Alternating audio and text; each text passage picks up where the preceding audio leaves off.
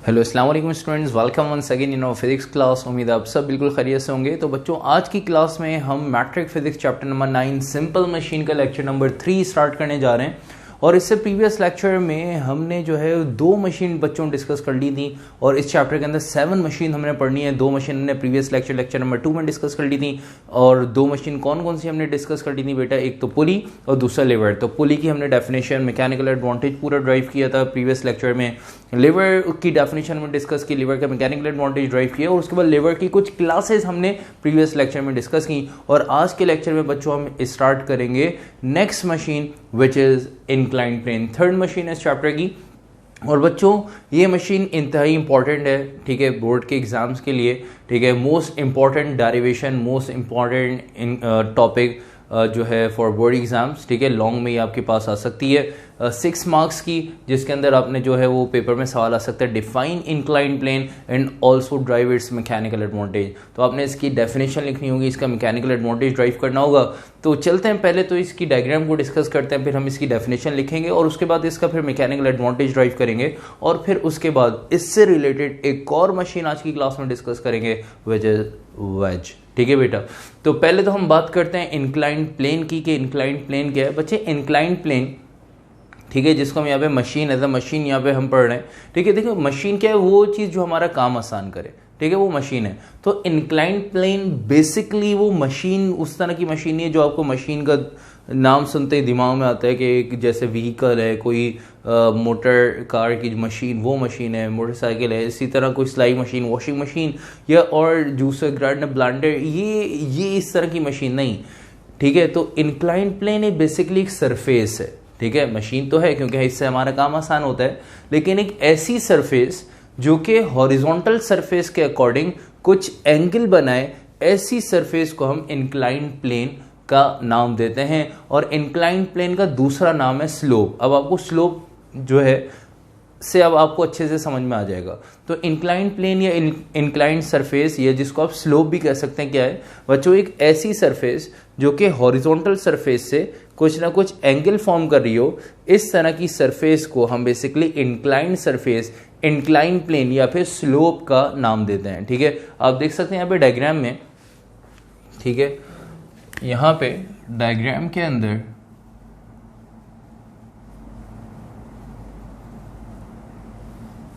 आपके पास एक सरफेस बनी हुई है जिसको मैंने ब्लैक से रिप्रेजेंट किया हुआ है। एक इंक्लाइंड सरफेस है जो कि हॉरिजॉन्टल सरफेस के अकॉर्डिंग कुछ ना कुछ यहाँ पे एंगल बना रही है। आप देख सकते हैं हॉरिजॉन्टल, ये है इंक्लाइंड सरफेस, ठीक है, और ये है हॉरिजॉन्टल सरफेस। तो inclined surface, inclined plane, horizontal surface के अकॉर्डिंग ऐसी सरफेस जो कि with respect to horizontal, with respect to X axis कुछ ना कुछ एंगल फॉर्म करे, इस तरह की सरफेस को हम बेटा इंक्लाइंड प्लेन का नाम देते हैं। इसको स्लोप भी हम कह सकते हैं। इसका यूज क्या है? इसका यूज है to transfer the load from one point to another, from one height to another. एक हाइट से दूसरा हाइट पे लोड को ट्रांसफर करने के लिए हम स्लोप यूज करते हैं। अच्छा, स्लोप हमारे घरों के बाहर भी होता है, जिसमें जो है वो हम क्या करते हैं, बाइक जो है वो ऊपर जो है पार्क करने के लिए, घर के अंदर बाइक को पार्क करने के लिए हम स्लोप यूज़ करते हैं, ताकि इजीली बाइक या कार जो है वो हम स्लोप के थ्रू जो है वो घर के गैराज में कार पार्क करते हैं, ठीक है। तो किस तरह से वो गाड़ी जो है वो रोड से, घर के बाहर से घर के अंदर आती है, वो स्लोप पे चढ़ के आती है। तो स्लोप के थ्रू लोड ट्रांसफर हो रहा है from one point to another. इसी तरह बहुत सारी जो है कंस्ट्रक्शन साइट्स पे, बहुत सारी फैक्ट्रीज में, इंडस्ट्रीज में स्लोप यूज़ करते हैं कि हैवी लोड को, ठीक है, थ्रू एलिवेटर जो है from one point to another transfer कराने के लिए जो है वो यूज़ करते हैं। तो एक पॉइंट से दूसरे पॉइंट पे, ठीक है, लोड अगर आपको ट्रांसफ़र करना है, एक हाइट से दूसरे हाइट पे लोड ट्रांसफ़र करना है, उसके लिए आप स्लोप यूज़ करते हैं। हॉस्पिटल्स के बाहर स्लोप होता है ताकि जो स्ट्रेचर है, ठीक है, या फिर आपके पास जो व्हील चेयर है, वो इजीली जो है एक पॉइंट से दूसरे पॉइंट पे जो है वो एक हाइट से दूसरे हाइट से, एक फ्लोर पे दूसरे फ्लोर पे ट्रांसफ़र हो सके। स्टेयर्स के थ्रू भी चल के जा सकते हैं, लेकिन अगर आपको लोड को ट्रांसफ़र करना है, जैसे व्हील चेयर है, स्ट्रेचर है, तो उसको जो है वो एक हाइट से दूसरे हाइट पे ट्रांसफ़र करने के लिए स्लोप रिक्वायर्ड होगा।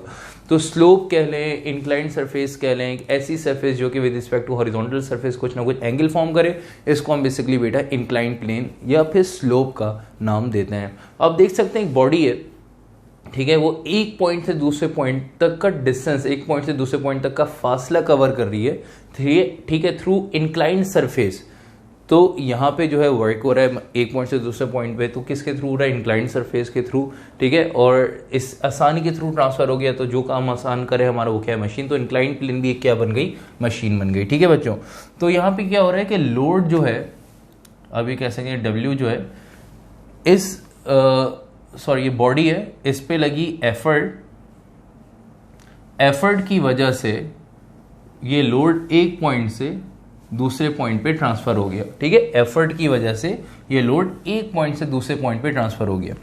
जब एक पॉइंट से दूसरे पॉइंट पे ट्रांसफर हुआ तो इसने जो यहाँ पे जो डिस्टेंस कवर किया है बच्चों, इस डिस्टेंस को हम स्मॉल एल से रिप्रेजेंट करते हैं।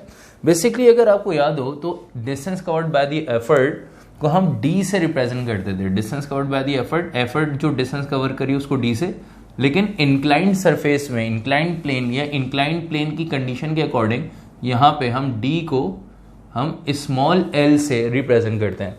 मतलब एफर्ट की वजह से ये लोड मूव करते ऊपर चला गया, तो एफर्ट की वजह से ये लोड जो डिस्टेंस कवर कर रहा है, ठीक है, एफर्ट जो यहाँ पे डिस्टेंस कवर कर रही है, ठीक है, उसको हमने यहां से लेके यहां तक एफर्ट लगी, लोड मूव करते ऊपर जा रहा है, तो एफर्ट जो डिस्टेंस कवर करवा रही है लोड को, तो वो डिस्टेंस को हमने किससे रिप्रेजेंट करती है बेटा, एल से।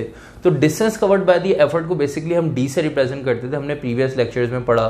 ठीक है, फिर हमने जो है वो एफर्ट और इसी तरह फिर हमने इनपुट की डेफिनेशन में पढ़ा, हम डी से उसको रिप्रेजेंट करते थे। लेकिन इंक्लाइंड प्लेन की केस के अकॉर्डिंग हम इस डी को किस से रिप्रेजेंट कर देंगे बेटा, एल से रिप्रेजेंट कर देंगे।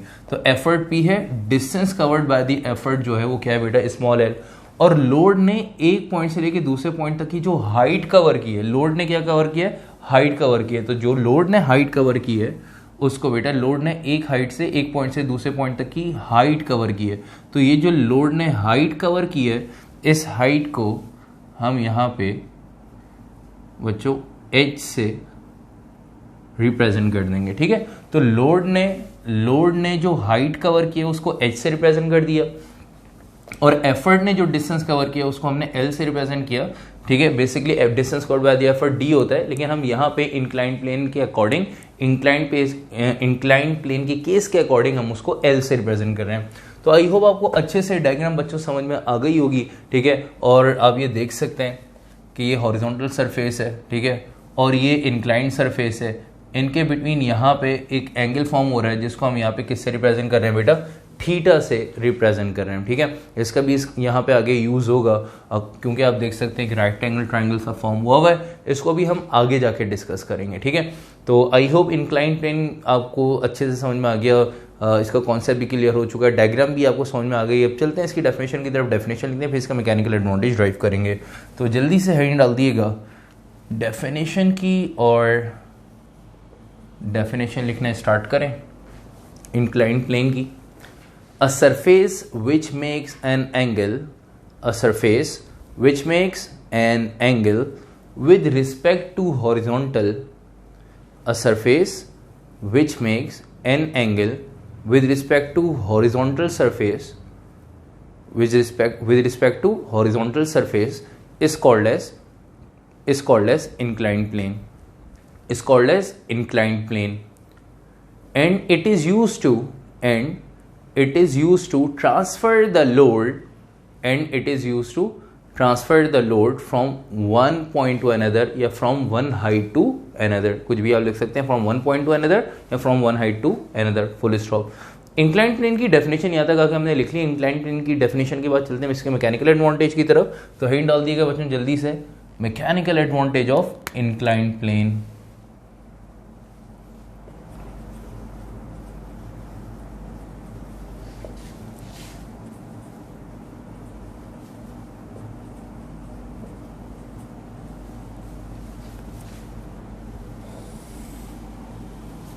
Mechanical advantage of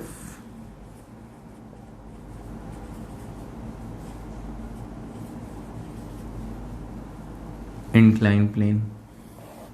अच्छा बेटा, लास्ट क्लास में हमने इंक्लाइंड प्लेन, तो आज की क्लास में हम ये टॉपिक डिस्कस कर रहे हैं। लास्ट क्लास में हमने मैकेनिकल एडवांटेज पुली और लेवर का हमने जो ड्राइव किया, उसमें हमने एक पैटर्न सीखा, उसी पैटर्न के अकॉर्डिंग तमाम मशीन का मैकेनिकल एडवांटेज हम जो है वो ड्राइव करेंगे।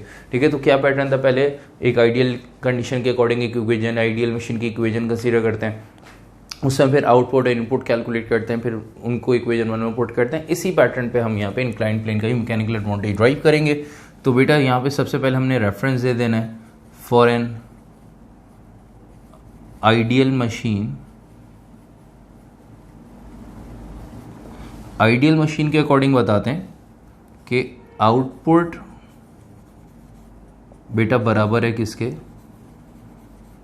इनपुट के।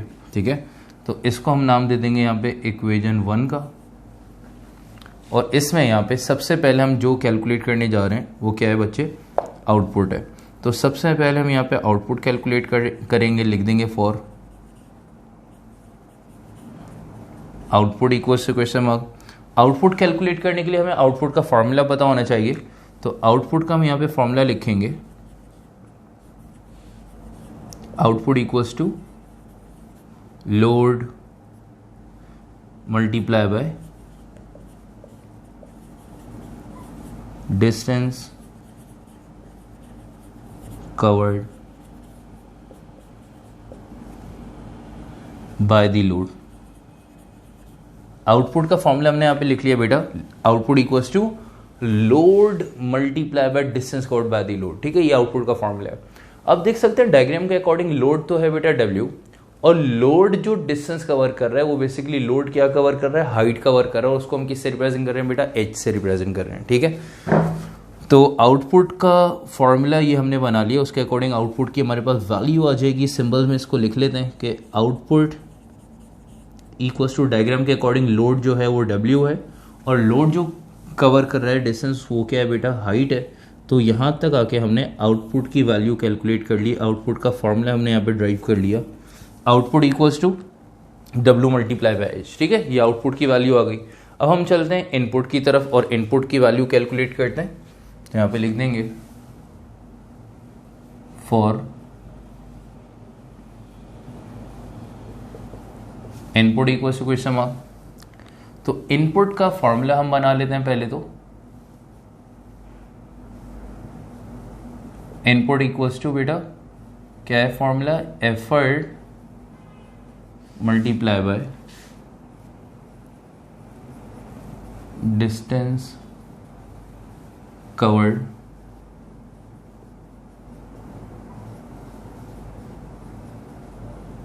By the effort. ठीक है, अब डायग्राम के अकॉर्डिंग सिंबल्स पुट करेंगे। तो इनपुट इक्वल्स टू एफर्ट की जगह अगर हम डायग्राम देखें तो एफर्ट क्या है बच्चे डायग्राम में P, तो एफर्ट की जगह आ जाएगा P। Distance covered by the effort, तो हमने बोला है यहाँ पे एफर्ट जो डिस्टेंस कवर कर रही है डायग्राम के अकॉर्डिंग हम उसको किससे रिप्रेजेंट कर रहे हैं, L से। एक्चुअली उसको D से रिप्रेजेंट करते हैं। ठीक है, effort distance covered by the effort को, लेकिन इस केस के अकॉर्डिंग यहाँ पे D को किससे रिप्रेजेंट कर रहे हैं बेटा, L से। तो distance covered by the effort यहाँ पे आ जाएगा L। तो इनपुट का फॉर्मूला आपके पास आ गया, input equals to P multiply by L। ठीक है बच्चों, अच्छा जी, इनपुट और आउटपुट ये दो वैल्यूज हम निकाल चुके हैं। इन दोनों को कहां पुट करेंगे, इक्वेशन 1 में। तो हम यहां पे वर्डिंग लिखने जा रहे हैं, by putting the above values in equation 1। Equation 1 में वैल्यू पुट करने जा रहे हैं, तो पहले इक्वेशन नंबर 1 लिख लेते हैं बेटा, output equals to input.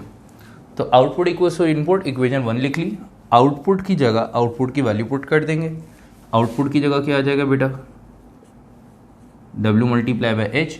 Input की जगह आ जाएगा P मल्टीप्लाई बाय L।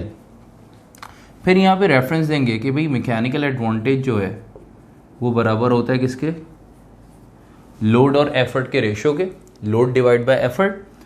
तो W अपॉन P का रेशियो चाहिए यहाँ पे भी, तो W तो है, अब W के नीचे P चाहिए, तो P यहाँ पे बच्चों क्या हो रहा है, मल्टीप्लाई दूसरी तरफ आके क्या हो जाएगा डिवाइड, तो h जो यहाँ पे मल्टीप्लाई हो रहा है उसको दूसरी तरफ ले जाएंगे, दूसरी तरफ जाके h जो है वो क्या हो जाएगा बेटा डिवाइड हो जाएगा, ठीक है।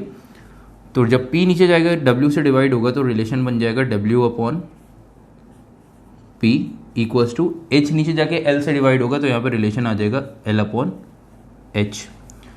तो w अपॉन p किसके बराबर है बेटा, आप देख सकते हैं ma मैकेनिकल एडवांटेज के, तो ma equals to l upon h। ये आपके पास मैकेनिकल एडवांटेज का एक रिलेशन आ गया, ठीक है।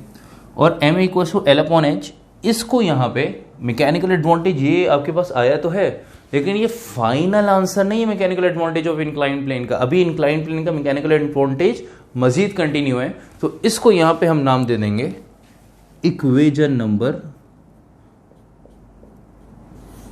2 का, ठीक है। ये इक्वेशन नंबर 2 आ गई।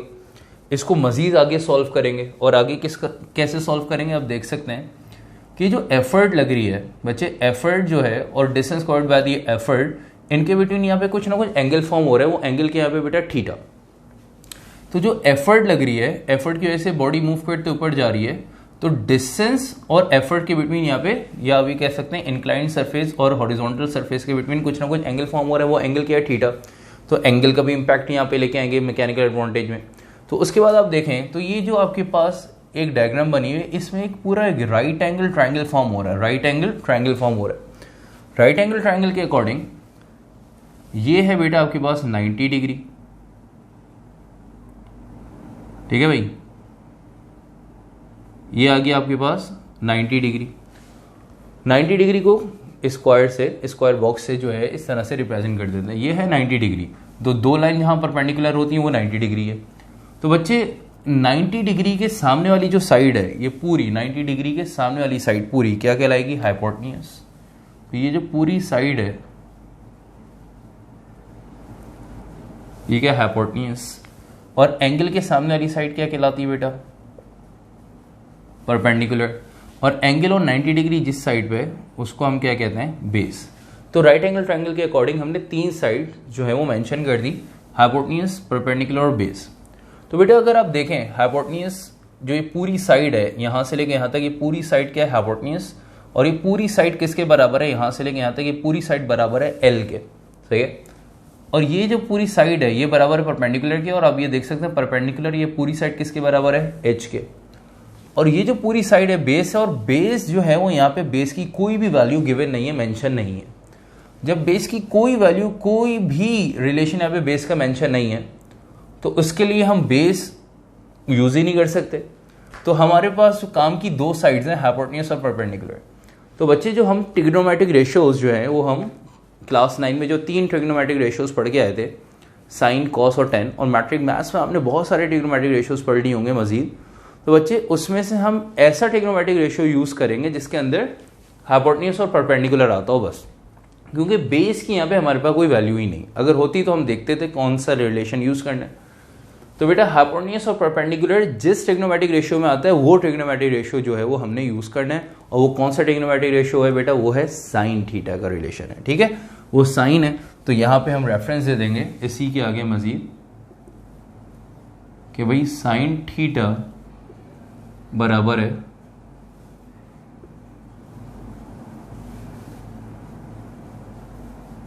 Perpendicular upon hypotenuse. इसी के नीचे आपने ट्रिग्नोमेट्रिक रेशियो लिख देना है, sine theta equals to perpendicular upon hypotenuse. अब डायग्राम के अकॉर्डिंग एंगल तो थीटा ही है, हाइपोटेन्यूज में क्या है बेटा एल, और परपेंडिकुलर में क्या है एच है। तो ये वैल्यूज पुट कर देंगे।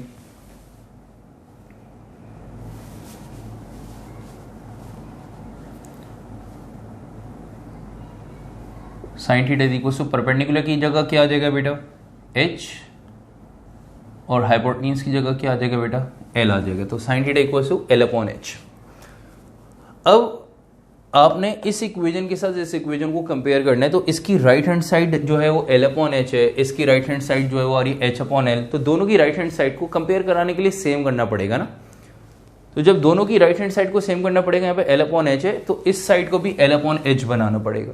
जब इस साइड को भी एल अपॉन एच बनाना पड़ेगा, तो उसके लिए हम करेंगे क्या, हम ये कहते हैं कि भाई साइन थीटा के नीचे कुछ नहीं है, तो सपोज कर लेते हैं इसके नीचे 1 है, तो इसको पलट देंगे, रेसिप्रोकल कर देंगे, 1 को ऊपर ले जाएंगे, साइन थीटा को नीचे ले आएंगे, ये क्रॉस मल्टीप्लाई एल को ऊपर, ठीक है, एल को ऊपर, साइन को नीचे, 1 को ऊपर, एच को नीचे, इस तरह से क्रॉस मल्टीप्लाई करा लें। पूरे फ्रैक्शन को हम पलट सकते हैं, ठीक है। अगर सिंगल वैल्यू को अगर हम लेके जाए ना, सिर्फ एक वैल्यू को एक साइड से नीचे से ऊपर लेके जाए, ऊपर से नीचे लेके आए, उनकी पावर की साइन चेंज हो जाती है। अगर हम पूरे फ्रैक्शन, पूरी वैल्यू को पलट दें तब किसी की पावर की साइन चेंज नहीं होगी। तो यहाँ पे 1 को ऊपर ले जाएंगे और साइन थीटा को नीचे ले आएंगे और यहाँ पे एल को ऊपर ले जाएंगे और एच को नीचे ले आएंगे, ठीक है। तो हमने क्या करा, इस पूरे फ्रैक्शन को पलट दिया, रेसिप्रोकल कर दिया। क्यों रेसिप्रोकल किया? इस वजह से कि यहाँ पे L/HR है और यहाँ पे भी L/HR है, ठीक है। यहाँ पे L/HR है, इसकी वजह से इसको रेसिप्रोकल किया। और इस स्टेप में भी आप देख सकते हैं राइट हैंड साइड सेम हो गई। जैसे ही राइट हैंड साइड सेम हुई तो इसको नाम देंगे हम इक्वेशन नंबर 3 का। ये आ गई हमारी इक्वेशन नंबर 3, ठीक है। इसको नाम दे देंगे हम इक्वेशन नंबर 3 और ये है इक्वेशन नंबर 2। तो इक्वेशन नंबर 2 आप देख सकते हैं दोनों की, इक्वेशन नंबर 2 की right hand side L/H, equation number 3 की भी right hand side L/H same है। तो जब दो साइड सेम होती हैं तो दोनों की अगर राइट हैंड साइड सेम है तो इसका मतलब दोनों की लेफ्ट हैंड साइड भी सेम होगी। मतलब कहने का ये है कि अगर A बराबर है बेटा 3 के और B बराबर है 3 के, ठीक है, A भी 3 के बराबर, B भी 3 के बराबर, तो इसका मतलब हम ये कह सकते हैं कि A और B दोनों एक दूसरे के बराबर है। मतलब A equals to B, A और B दोनों एक दूसरे के क्या है बेटा, बराबर। अगर L/H बराबर है MA के और L/H बराबर है 1/sin थीटा के, तो इसका मतलब MA मतलब मैकेनिकल एडवांटेज किसके बराबर हो जाएगा, 1/sin थीटा। तो 2 और 3 इक्वेशन को कंपेयर कराएंगे तो यहाँ पे हम वर्डिंग लिख देंगे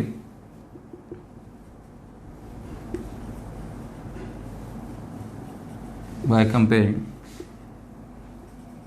इक्वेशन नंबर 2 एंड 3। तो इक्वेशन नंबर 2 और 3 को जब हम कंपेयर कराने हैं तो दोनों की जब राइट हैंड साइड सेम है तो दोनों की लेफ्ट हैंड साइड सेम हो जाएगी। MA बराबर हो जाएगा किसके बेटा, 1/sin थीटा के। तो रिलेशन आ जाएगा MA equals to 1/sin theta. ये आपने मैकेनिकल एडवांटेज ड्राइव कर लिया इंक्लाइन प्लेन का, ठीक है बच्चे। और इसको मजीद सिंप्लीफाई करके हम यहां पे लिख देंगे कि भाई साइन थीटा को भी ऊपर ले जाए। ये 1/sin थीटा है, जब साइन थीटा को ऊपर ले जाएंगे तो साइन के ऊपर पावर इस वक्त क्या है, +1, ऊपर जाके क्या हो जाएगी, -1। तो ऊपर जाके बन जाएगा साइन इनवर्स थीटा। तो ये मैकेनिकल एडवांटेज मजीद सिंप्लीफाइड फॉर्म में आ जाएगा।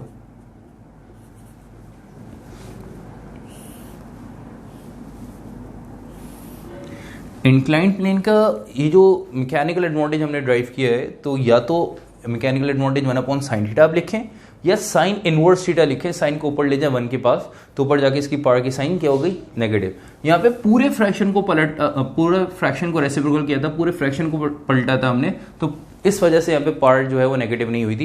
यहाँ पे सिर्फ एक साइड में एक वैल्यू को डिनोमिनेटर से न्यूमरेटर में शिफ्ट करा है तो इसकी पावर ऊपर कुछ नहीं तो +1 है, ऊपर जाके क्या हो गई बेटा, -1। तो इसको पढ़ेंगे क्या, साइन इनवर्स थीटा, ठीक है। तो मैकेनिकल एडवांटेज हमने इंक्लाइन प्लेन का बच्चों यहाँ तक आके ड्राइव कर लिया। मैकेनिकल एडवांटेज इंक्लाइन प्लेन का आ गया हमारे पास साइन इनवर्स थीटा। आपके पास MCQ आ सकता है मैकेनिकल एडवांटेज का, ठीक है, sine inverse theta is a mechanical advantage of dash. तो साइन इनवर्स थीटा भी आ सकता है, या incline the mechanical advantage of incline plane is dash. 1/sin theta करके भी आ सकता है MCQ, साइन इनवर्स थीटा करके भी आ सकता है, जैसा भी हो आपको पता होना चाहिए, आप लिख सकते हैं। तो यहाँ तक आके इंक्लाइन प्लेन का मैकेनिकल एडवांटेज बेटा कंप्लीट हो गया, ठीक है। इसको जल्दी से कॉपी करें, ठीक है। आई होप आपको समझ में आ गया होगा। इसके बाद हम चलते हैं नेक्स्ट अपनी मशीन डिस्कस करने, जो कि इंक्लाइन प्लेन से ही मिलके जो है वो फॉर्म हुई है, ठीक है, विच इज वेज। तो जल्दी से यहाँ तक कॉपी करने के बाद हिंट डाल दीजिएगा, 4th machine which is veg, ठीक है भाई, वेज की हेडिंग डाल दीजिएगा। तो बच्चे वेज क्या है, एक ऐसी शेप या एक ऐसी डिवाइस जो कि दो इंक्लाइंड सरफेस से मिलके बनती है। दो इंक्लाइंड सरफेस से मिलके जो डिवाइस फॉर्म होती है उसको कहते हैं वेज, ठीक है। कैसे, जैसे फॉर एग्जांपल एक इंक्लाइंड सरफेस और दूसरी इंक्लाइंड सरफेस। तो दो इंक्लाइंड सरफेस से मिल के जो डिवाइस फॉर्म होती है, जो शेप फॉर्म होती है, ठीक है बच्चों, ये शेप या ये डिवाइस क्या कहलाती है बेटा? वेज। ठीक है। अच्छा, ये जो वेज है तो इसकी डेली लाइफ की एग्जांपल क्या है? जैसे बच्चों कुल्हाड़ी होती है, ठीक है, उसका जो एज है आप देख सकते हैं वो एक वेज के फॉर्म में होता है, ठीक है, आगे से इस फॉर्म में होता है। इसी तरह हैमर है, उसका बैक साइड आप देख सकते हैं, तो हैमर का जो बैक साइड है वो भी इस फॉर्म में होता है, ठीक है, और कुल्हाड़ी है उसका भी बैक साइड जो है वो बच्चों इस फॉर्म में होता है। तो वेज एक ऐसी शेप या एक ऐसी डिवाइस जो कि आगे से मतलब जिसका जो फ्रंट है वो दो इंक्लाइंड सरफेस, जैसे एक इंक्लाइंड और दूसरी इंक्लाइंड, तो दो इंक्लाइंड सरफेस का कॉम्बिनेशन हो, इस तरह की शेप या डिवाइस को वेज कहते हैं। और स्पेड है, स्पेड का जो फ्रंट शेप है, ठीक है, आप ये कह सकते हैं, ठीक है, वो क्या है आपके पास? वेज। तो दो इंक्लाइंड सरफेस का कॉम्बिनेशन है। तो ये डिवाइस यूज़ किस लिए होती है? ये लार्ज पीसेस को स्मॉल पीसेस में कन्वर्ट करने के लिए, कोई बहुत बड़ी चीज़ को तोड़ने के लिए, ठीक है, स्मॉल करने के लिए, लार्ज पीसेस को स्मॉल पीसेस में कन्वर्ट करने के लिए वेज जो है वो हम इसको डिवाइस को यूज़ करते हैं, ठीक है। तो इसका अलग से कोई मैकेनिकल एडवांटेज नहीं है, जो इंक्लाइंड प्लेन का वही है, तो इसका अलग से आता भी नहीं है, सिर्फ इंक्लाइंड प्लेन का आता है, जो कि बहुत ज़्यादा इंपॉर्टेंट है। अब इसको कह लें कि मोस्ट इम्पॉर्टेंट ये टॉपिक है आपका फॉर बोर्ड एग्जाम, ठीक है बच्चों। आपने बहुत अच्छे से करना है, इसकी बहुत प्रैक्टिस करनी है। चलें जल्दी से, वेज का टॉपिक आपको आई होप समझ में आ गया होगा, तो इसमें भी डेफिनेशन की हिंट डालें, डेफिनेशन लिखें, फिर हम क्लास को एंड करते हैं, ठीक है। तो वेज के बारे में लिखिएगा, अ शेप और डिवाइस, अ शेप और device which is form by the combination of two inclined surfaces, a device or shape or device which is formed by the combination of two inclined surfaces,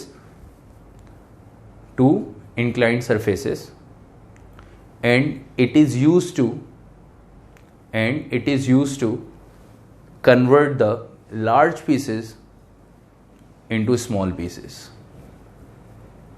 ठीक है, and it is used to convert the large parts into small pieces या large pieces into small pieces is called as wedge, ठीक है बच्चों। तो यहाँ तक आके हमने वेज की डेफिनेशन लिख ली, इसकी बस आपने डेफिनेशन ही लिखनी है, इसका कोई मैकेनिकल एडवांटेज नहीं है, ना आपने ड्राइव करना है, ठीक है बच्चों। तो यहाँ तक आके आज की क्लास हम करेंगे एंड आई होप आज का पूरा टॉपिक आपको, दो मशीन आज की क्लास में भी हमने डिस्कस की, इंक्लाइंड प्लेन और उससे रिलेटेड मशीन वेज हमने डिस्कस की। इसका इंक्लाइंड प्लेन का मैकेनिकल एडवांटेज भी हमने ड्राइव किया, जो कि बहुत इंपॉर्टेंट है।